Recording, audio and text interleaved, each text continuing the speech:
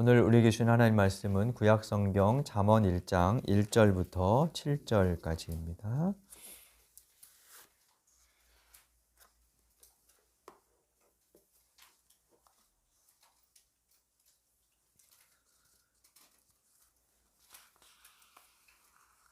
잠언 1장 1절부터 7절까지 하나님 말씀을 한 절씩 교독하겠습니다. 이것은 다윗의 아들 이스라엘 왕 솔로몬의 잠언이다. 이 잠언은 지혜와 훈계를 알게 하며 명철의 말씀을 깨닫게 하며 정의와 공평과 정직을 지혜롭게 실행하도록 훈계를 받게 하며 어수룩한 사람을 슬기롭게 하여 주며 젊은이들에게 지식과 분별력을 갖게 하여 주는 것이니 지혜 있는 사람은 이 가르침을 듣고 학식을 더할 것이요 명철한 사람은 지혜를 더 얻게 될 것이다. 잠언과 비유가 지혜 있는 사람의 말과 그 심오한 뜻을 깨달아 알 수 있을 것이다. 함께 읽겠습니다. 주님을 경외하는 것이 지식의 근본이오늘 어리석은 사람은 지혜와 훈계를 멸시한다. 아멘. 오늘은 온고지신이라는 제목으로 말씀을 나누겠습니다. 오늘 설교 제목 온고지신은 비교적 익숙한 고사성어이시죠. 옛 것을 익히고 배워서 그것을 미루어 새 것을 안다. 이런 뜻으로요. 논어 위정편의 구절에서 유래했다고 합니다. 오늘 읽은 잠언은 이스라엘 지혜의 두 가지 전통 중에 규범적 지혜 전통의 저장소로 온고지신이라는 사자성어가 어울리는 책이 아닐까 싶습니다. 잠언이라는 제목의 한자어는요, 화면에 한자를 써놨는데 한자를 제가 잘 몰라서 바늘 잠자에 말씀 원자를 씁니다. 바늘 잠자는 대나무 변에 밑에 함자인가요? 이게 들어가 있는데 옛날에 대나무 바늘로 찢어진 옷을 깁듯이 구멍나고 조각난 인생과 사회를 기워서 새롭게 하는 교훈, 이런 의미가 담긴 제목이고요. 히브리어로는 마샬이라는 단어를 쓰는데요. 마샬이라는 단어가 번역을 그 쓰임새가 꽤 넓어요. 근데 보통은 노래, 속담, 비유, 이야기거리 이런 말로 번역이 되는 낱말입니다. 그래서 잠언을 속담 모음집, 속담보다는 조금 더 깊다 그럴까, 의미가 있다 그럴까, 격언 모음집이라고 그렇게 할 수 있습니다. 우리가 읽은 1장 1절 표제를 보면 이것은 다윗의 아들 이스라엘 왕 솔로몬의 잠언이다 이렇게 시작되죠. 그래서 통상 잠언을 솔로몬의 글로 여기죠. 잠언과 전도서, 아가서까지 솔로몬의 글이다 이렇게 보는데, 그러나 잠언 전체를 솔로몬이 지었다고 하기는 좀 어렵습니다. 속담이나 경구는 일반적으로 가정이나 사회, 또 한 마을 집단 같은 데에서 삶의 경험이 쌓이면서 그 경험이 축적되면서 생깁니다. 또 이렇게 쌓인 이제 지혜를 후손들에게 또 자녀들에게 공동체에 효과적으로 전달하고 남기기 위해서 기억하기 쉽게 만들죠. 그래서 짧은 문장, 짧은 것도 뭔가 이렇게 요즘 랩처럼 리듬이 있거나 이런 식으로 이렇게 만들어서 전승이 되죠. 아마 구약의 잠언의 많은 구절도 오랜 기간 입에서 입으로 구전되었을 것이고요. 그렇게 일상에서 우리가 부모님께 들었던 어떤 속담을 이렇게 상황에 따라서 쓰는 것처럼 그렇게 사회에서 통용이 되었을 거예요. 그러다 어떤 것들은 어떤 식자층들에 의해서 기록되었겠죠. 그리고 어느 시점에 수집되고 편집되는 그런 과정을 거칩니다. 이스라엘을 비롯한 주변 그 중동 지역의 고대에는 지혜학교가 있었다고 해요. 우리나라로 치면 예전에 태학이나 조선시대 성균관 같은 그런 것이 아니었을까 싶어요. 그 지혜학교에서 이제 지혜를 전수하고 받고 또 그것을 통해서 뭐 정치나 왕궁의 보탬이 되게 하는 뭐 그런 역할을 했을 것 같은데, 그런 학교들이 이스라엘을 비롯한 주변에 있었다는 말은 속담이나 격언, 경구가 이스라엘의 독창적인 문화가 아니라는 거죠. 사람 사는 모양은 고대나 현대나 동서양이나 비슷합니다. 종교를 떠나서 뭐 정통 기독교를 믿든 뭐 이단을 다니든 상관없이 일반적으로 살아가는 삶은 다 거기서 거기죠. 그래서 그런 것에서, 그런 인생 경험에서 나오는 교훈들은 유사합니다. 그래서 속담이 뭐 문화적인 교류가 없었더라도 동양에 있는 속담과 비슷한 것이 서양에 있기도 하고 뭐 다른 나라에 있기도 하고 그렇죠.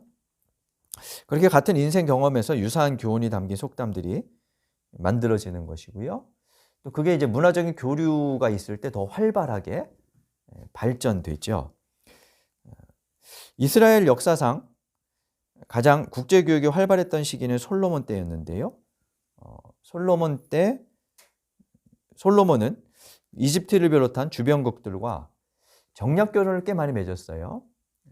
그래서 뭐 이집트의 바로 공주와 혼인하기도 하고, 뭐 그리고 열왕기서에 보면 스바 여왕, 에티오피아의 여왕이 지혜를 겨루기 위해서 찾아왔다고 하는 기록도 있는 걸 보면 주변의 지혜 문학이 솔로몬 시대, 그 이후에 꽤 많이 유입이 이루어졌을 거예요. 욥기 말씀드리면서 그런 얘기를 했던 적이 있어요. 욥기서는 2500년 전 수메르의 글 혹은 기원전 1000년경 전에 썼던 바빌론의 글을 인용하거나 이제 차용한 흔적이 보인다. 그런 말씀을 드렸는데 잠언에도 그런 흔적이 있어요. 가장 대표적으로는 22장 17절부터 24장 22절까지 보면 30가지 교훈이라는 제목이 붙은 격언이 나와요. 한번 찾아볼까요? 22장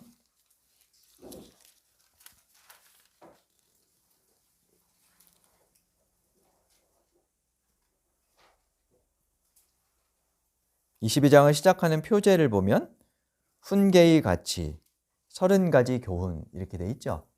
그리고 쭉 서론적인 이야기를 한 후에 22절 앞에 보면 번호가 써 있어요. 1번 그렇게 써 있고요.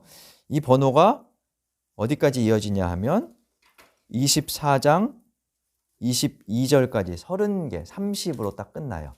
그리고 그 밑에 뭐 몇 가지 추가적인 교훈 뭐 이런 것들이 쭉 나오는데요. 여기까지 이 30가지의 교훈이 이집트에서 기원전 13세기경에 지혜 선집으로 발간되었던 아멘 에모페의 가르침과 내용이 유사하다 그래요. 그 글에도 서론이 있고 총 30가지의 교훈이 담겨 있어요. 그래서 아마 그런 것들의 영향을 받아서 이 잠언이 이제 기록되었을 것이다 이렇게 보는 거죠.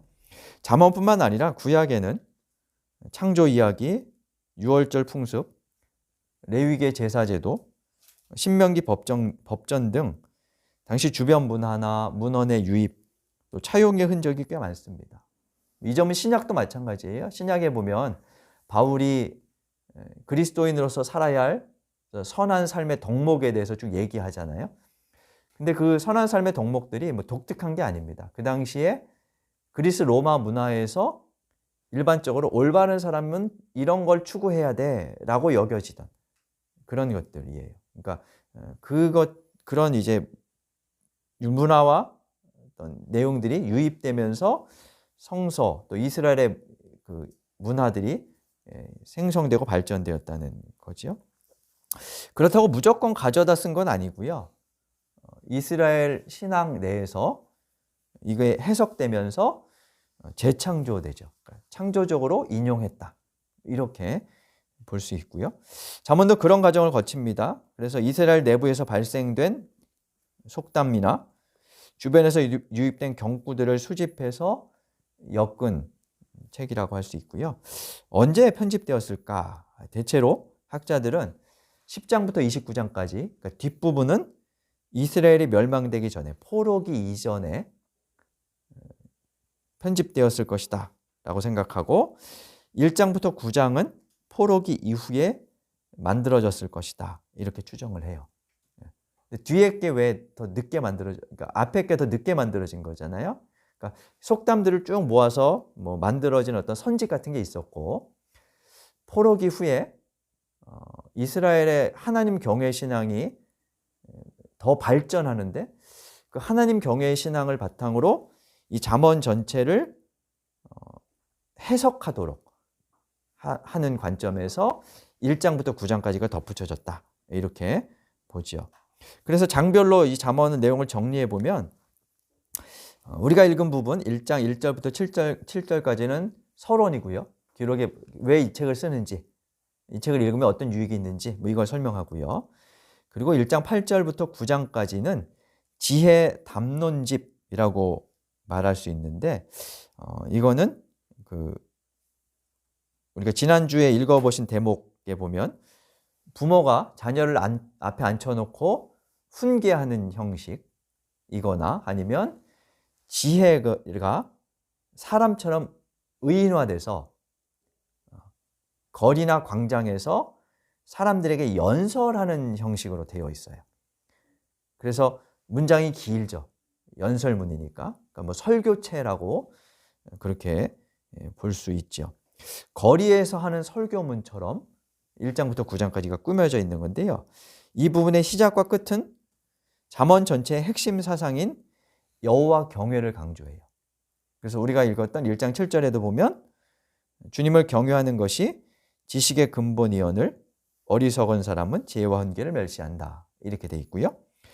9장 10절에도 보면 주님을 경외하는 것이 지혜의 근본이고 거룩하신 이를 아는 것이 슬기의 근본이다. 이러면서 하나님 경외에 대해서 이 1장부터 9장까지가 많이 강조합니다.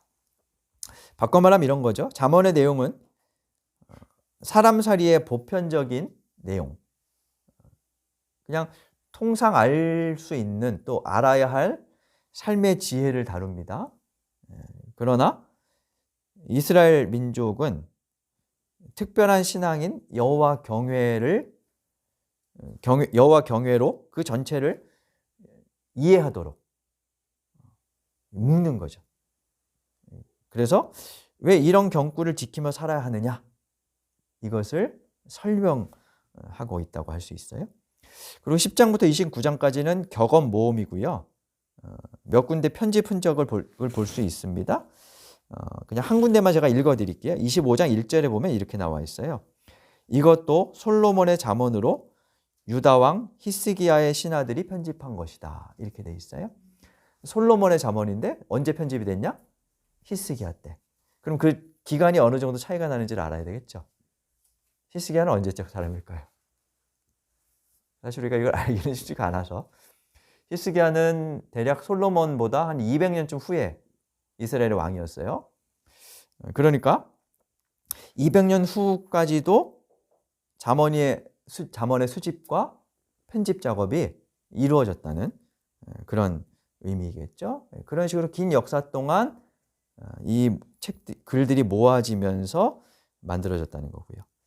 그리고 30절에는 아굴의 잠언, 31장에는 루멜 왕의 어머니의 교훈 이런 표제가 붙어 있어요. 이 사람들은 누군지 모르는데요. 이방인이다 뭐 이렇게 보기도 하고요. 그냥 잠언에 여러 글들이 포함되어 있다 하는 것을 알려주는 부분이고요. 마지막에 보면 오늘날 여성분들이 읽으면 매우 싫어할 유능한 아내를 칭송하는 시가 나와요. 여기 보면 이 여자 부인은 잠을 안 자. 밤낮 없이 일하며 뭐 예를 들면 낮에는 밭일하고 밤에는 배틀 해서 하는 부지런함을 떨고 종들도 잘 관리하고 사업도 잘해서 집안을 번창시켜. 뭐 이런 부인으로 나와요. 31장 10절부터 22절까지 나오는데 이게 특징적인 게 어떤 뜻이 있냐면 10절부터 31절까지니까 모두 몇 절이죠? 22개 구절이죠. 이스라엘의 히브리어 알파벳이 22개예요. 그래서 이 10절부터 31절까지는 히브리어 알파벳 C예요. 우리로 치면 기역부터 희읍까지 한글 자음, 초성의 단어들을 매 구절의 첫 단어로 쓰는 거예요. 가로 시작하는 단어가 첫째 줄, 나로 시작하는 단어가 둘째 줄, 이런 식으로 쓰여져 있는 거예요. 그래서 22개의 히브리어 알파벳으로 31장 10절부터 31절까지가 구성되어 있어요. 이것은 유능한 아내를 얻어야 한다는 의미를 알려주는 구절은 아니고, 잠언의 지혜는 의인화되어 있는데 여성화되어 있어요. 여성으로 표현돼요. 그래서 이 유능한 아내도 아마 그 지혜를 상징적으로, 비유적으로 표현한 것이다, 이렇게 보지요. 근데 왜 알파벳으로 썼느냐? 알파벳은 완전성을 보여주는 장치예요. 그러니까 마지막 부분에서 지혜의 완전함을 이 알파벳 C로 더 강조하면서 잠언을 마무리했다고 할 수 있죠. 대충 잠언의 구조는 이렇고요. 뭐 읽기가 그렇게 크게 어렵지는 않아서 구절구절 읽으시면 되지요. 잠언에는 자주 쓰이는 문학 기법들이 몇 가지 있습니다. 첫째는 평행법이라는 것이 있어요. 평행법은 동의평행과 반의평행이 있는데, 동의평행은 같은 의미의 구절을 짝지어서 적어 놓은 겁니다. 예를 들면 9장 10절에 보면 주님을 경외하는 것이 지혜의 근본이요 거룩하신 자 일을 아는 것이 슬기의 근본이다 하는 말씀이 있습니다. 여기서 주님을 경외하는 것과 거룩하신 일을 아는 것이 같은 의미죠. 그리고 지혜의 근본과 슬기의 근본이 같은 의미입니다. 그러니까 같은 의미의 표현들을 변주하고 반복하면서 뜻을 더 이제 증폭시키는 거겠죠. 반면에 반의평행이라는 것도 있어요. 여기 한번 써놓은 구절을 같이 읽어볼까요? 11장 1절 말씀 화면에서 한번 같이 읽어보겠습니다. 속이는 저울은 주님께서 미워하셔도 정확한 저울추는 주님께서 기뻐하신다. 여기 보면 서로 상반되는 내용을 이제 내용으로 짝을 이루도록 그렇게 한 거죠. 속이는 저울과 정확한 저울추가 상반되고 주님께서 미워하시는 것과 기뻐하시는 것이 대립됩니다. 이런 대조를 통해서 긍정적인 것을 선택하도록 가르치는 거겠죠. 그걸 더 강조하는 것인데, 10장 이후에, 그러니까 지혜 담론집의 그 10장 이후에 그 솔로몬이 편집한 내용을 보면 이 반의평행법이 훨씬 더 많이 기록이 되고 있고요. 두 번째는 비교법이 몇 가지 나오죠. 비교는 반의평행과 유사하지만 뭐뭐보다 뭐뭐가 낫다, 이런 식으로 비교해서 보여주는 거죠. 예를 들어서 제가 써놓은 16장 8절 말씀에 보면 의롭게 살며 적게 버는 것이 불의하게 살며 많이 버는 것보다 낫다, 이런 식으로 나오고요. 많이 여러분이 아시는 구절은 살찐 고기를 먹으며 싸우는 집안보다 가난하지만 화목한 집이 낫다, 이런 구절 같은 것들도 있고요. 그래서 비교하는 방법이 있고요. 세 번째는 비유가 있어요. 비유는 경우에 맞는 말은 은쟁반에 담긴 금사가다, 이런 것처럼 은유나 지규 등을 이용해서 뜻을 드러내는 그런 방법이고요. 네 번째로는 서술 형태가 있지요. 게으른 사람은 핑계를 대는데 어떤 핑계를 대냐? 바깥에 사자가 있다, 거기 나가면 찢겨 죽는다, 이런 식으로 그냥 길게 서술 형태의 문장으로 된 격언들이 있습니다. 이런 이제 여러 형식들은 아마 자칫하면 이게 잠언을 읽으면 반복되는 구절들이 많고, 이게 문맥을 고려하지 않고 그냥 한 구절만 읽어도 되는 내용들이거든요. 잠언은, 성경은 사실은 전체를 좀 문맥을 고려하면서 봐야 하는데 잠언은 그냥 한 구절만 딱 읽어도 그리고 그 구절이 또 다음에 또 다른 뜻으로 또 나오고 막 이래요. 그래서 읽으면서 계속 똑같은 게 반복되네. 뭐 이럴 수 있죠. 그래서 아마 여러 가지 문학 기법들로 자꾸 이렇게 좀 변주를 하는 것 같아요. 그래야 우리가 똑같은 노래도 1절만 계속 만약에 반복되면 이게 재미없잖아요. 그죠? 그러니까 여러 이렇게 좀 단어를 바꾸고 막 이러면서 새롭게 들리도록 그리고 귀에 잘 들어오도록 그렇게 만든 거겠죠. 잠언은 우리가 지난 주까지 읽었던 욥기, 반성적 지혜를 보여주는 욥기와 달리 고대 이스라엘 지혜 문학의 주류였던 규범적 지혜, 전통적 지혜 사상을 많이 담고 있습니다. 그래서 지금 말씀드린 것처럼 읽어보면 지당한 말들이고요.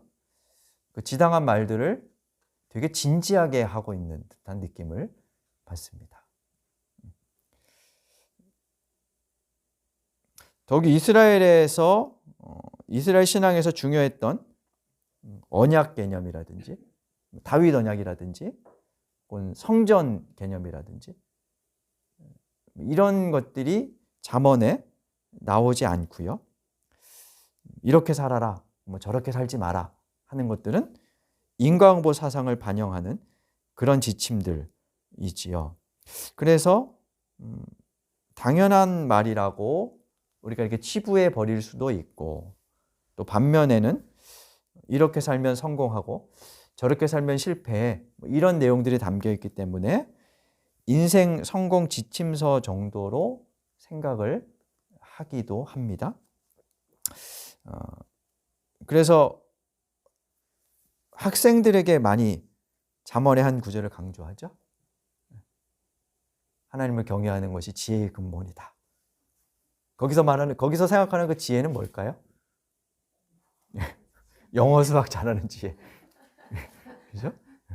그 잠언 읽으면 그거 돼. 막 이렇게 하면서 그래서 뭐 그 통용 이렇게 기독교 서적 중에서 이렇게 나오는 것들을 보면 뭐 잠언에서 출현한 무슨 영재 학습법이라든지 뭐 무슨 다니엘 학습법이라든지 뭐 이런 것들이 있어요.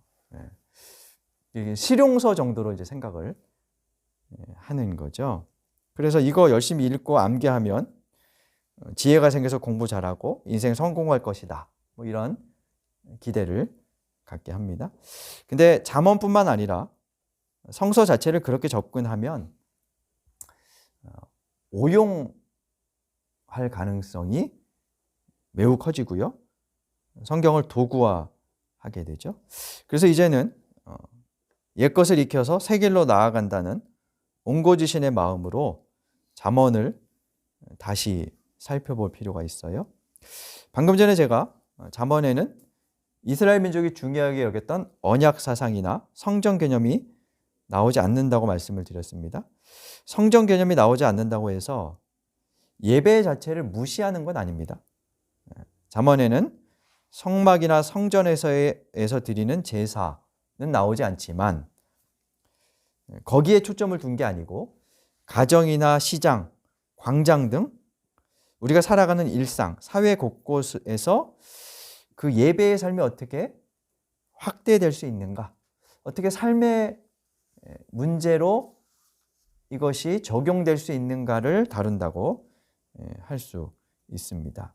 그래서 잠언은 이렇게 읽을 필요가 있어요. 첫째는 성공에 대한 처세술이 아니라 올바름을 꽃피우기 위한 삶의 가르침으로 읽어야 합니다.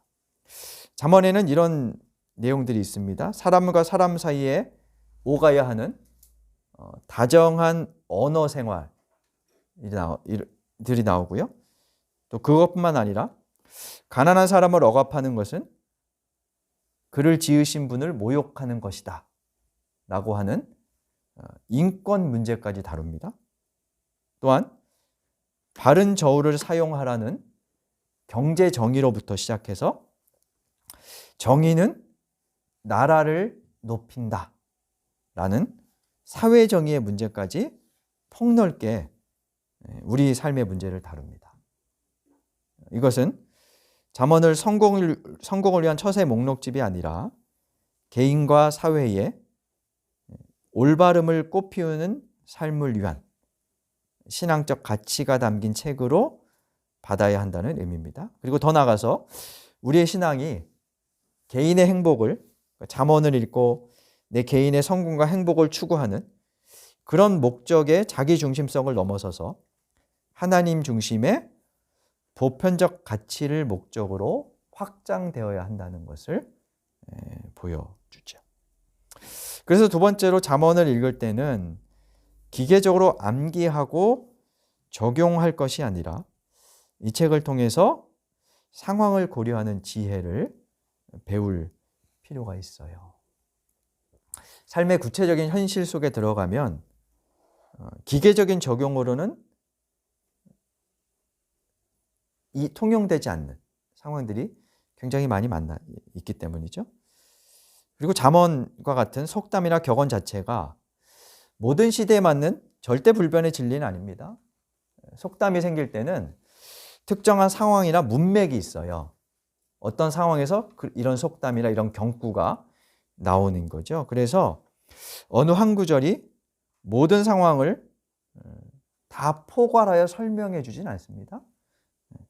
예를 들어서 잠언 26장 4절 5절 화면에 써놓은 구절이 있는데요. 한번 같이 읽어볼까요? 화면을 보면서 함께 읽어보겠습니다. 미련한 사람이 어리석은 말을 할 때에는 대답하지 말아라. 너도 그와 같은 사람이 될까 두렵다. 미련한 사람이 같은 말로 대응하여 주어라. 그가 지혜로운 차 할까 두렵다. 바로 연이어지는 구절에 이렇게 써 있어요. 어떻게 해야 될까요?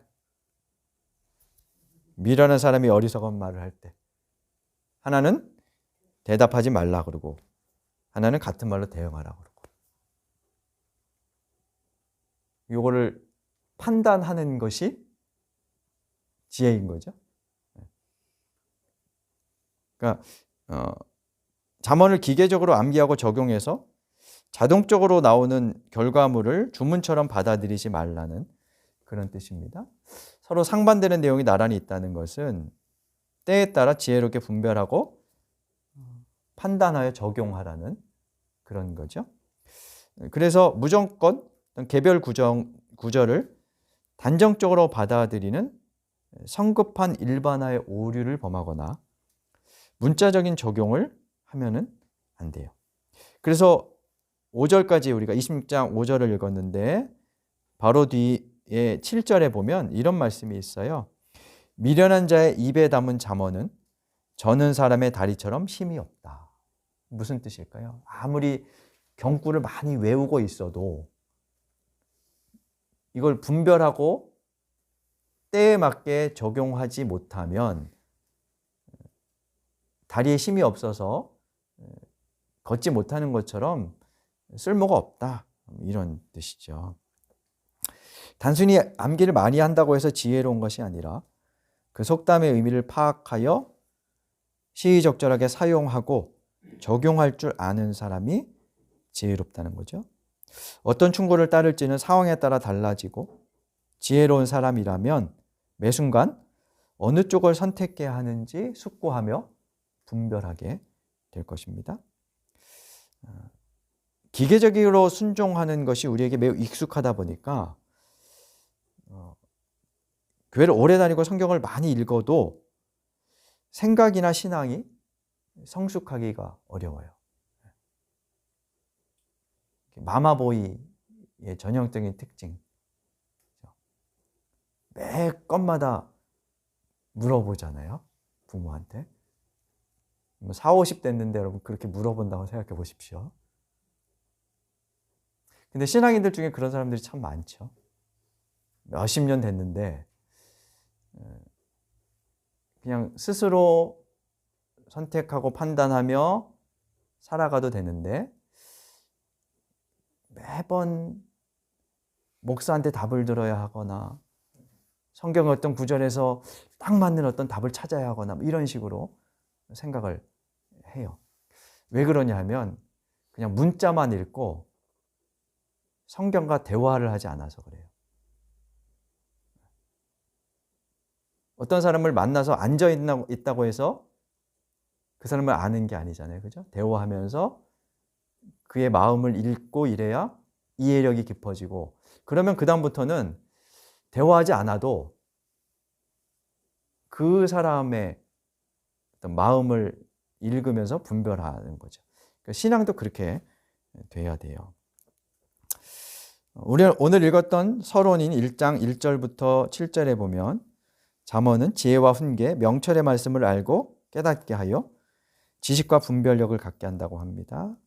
그처럼 잠언을 비롯한 하나님의 말씀인 성서를 온고지신의 태도로 읽으면서 우리의 분별력이 깊어지고, 그래서 개인의 삶을 넘어 사회 전체에 올바름을 꽃피우는 삶을 살아가는 우리가 될 수 있기를 간절히 바랍니다.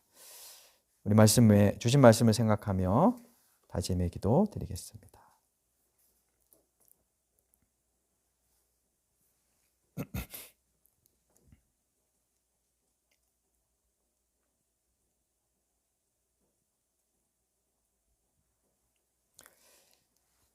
하나님, 잠언을 비롯하여 당신의 말씀을 대할 때 저희가 문자에 갇히지 않고 온고지신의 태도로 읽어 이해하고 깨달아 분별력이 깊어지게 하시고,